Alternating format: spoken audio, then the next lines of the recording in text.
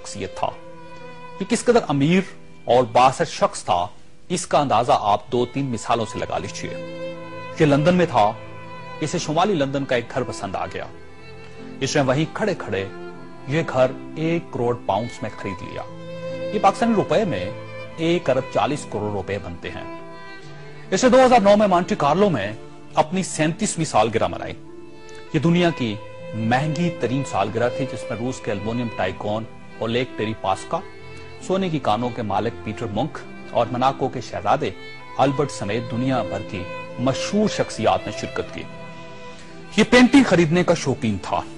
इसके पास अरबों डॉलर के शाहपारे थे और ये तमाम शाहपारे इसके महलात में लगे थे। इसे 2006 में इजरायली अदाकारा ऑर्ली बेंसमैन अच्छी लग गई, तो इसने उसके गिर्द दौलत के अंबार लगा दिए। चुनांचे ये इसकी गर्लफ्रेंड बन गई और ये दुनिया की महंगी तरीन गर्लफ्रेंड थी। ब्रितानी वज़ीर-ए-आज़म टोनी ब्लेयर इसे अपना जाती दोस्त कहता था और इस पर 10 डाउनिंग स्ट्रीट के दरवाजे हर वक्त खुले रहते थे। ब्रितानवी शाही खानदान ने इसे कई बार बकिंगम पैलेस और विंडसर कासल में लंच और डिनर दिए थे। ये लंदन और पेरिस में प्ले बॉय की जिंदगी गुजारता था और इसे दुनिया जहान के कानून तोड़कर बहुत खुशी होती थी।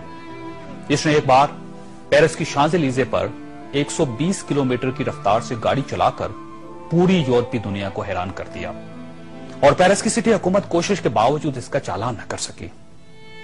ये लीबिया की इन्वेस्टमेंट अथॉरिटी का सरबराह भी था और यह अथॉरिटी दुनिया के किसी भी मुल्क में किसी भी वक्त $10 बिलियन तक की सरमायाकारी कर सकती थी और यह एक बहुत बड़ा इस्तेहकाक था।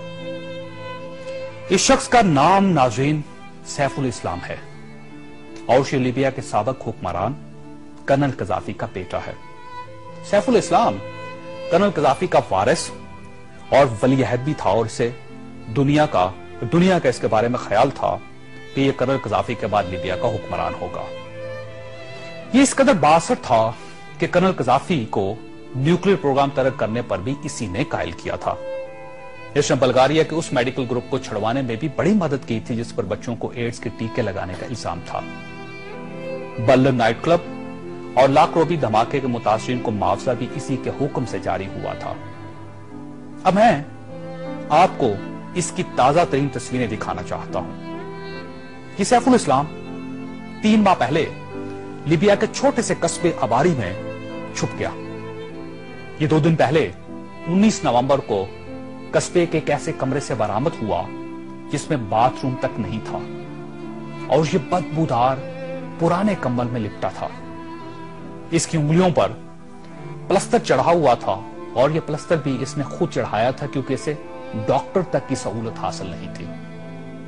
ये सैफुल इस्लाम इस वक्त लीबिया की मौजूदा हुकूमत के कब्जे में है और पूरी दुनिया में कोई शख्स इस शख्स को पनाह देने के लिए तैयार नहीं जो 3 माह पहले तक मलका बरतानिया का शाही मेहमान बनता था और टोनी ब्लेयर इसे माई फ्रेंड कहता था और पेरिस की कंपनियां इसके लिए खसूसी खुशबू इजाद करती थी।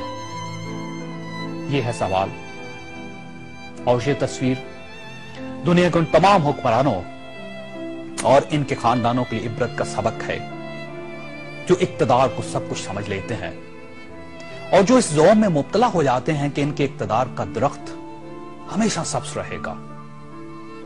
यह तस्वीर दुनिया भर के हुक्मरानों से चीख चीख कर कह रही है कि जो हुक्मरान आवाम का एतमाद खो देते हैं उनका यह इंजाम होता है।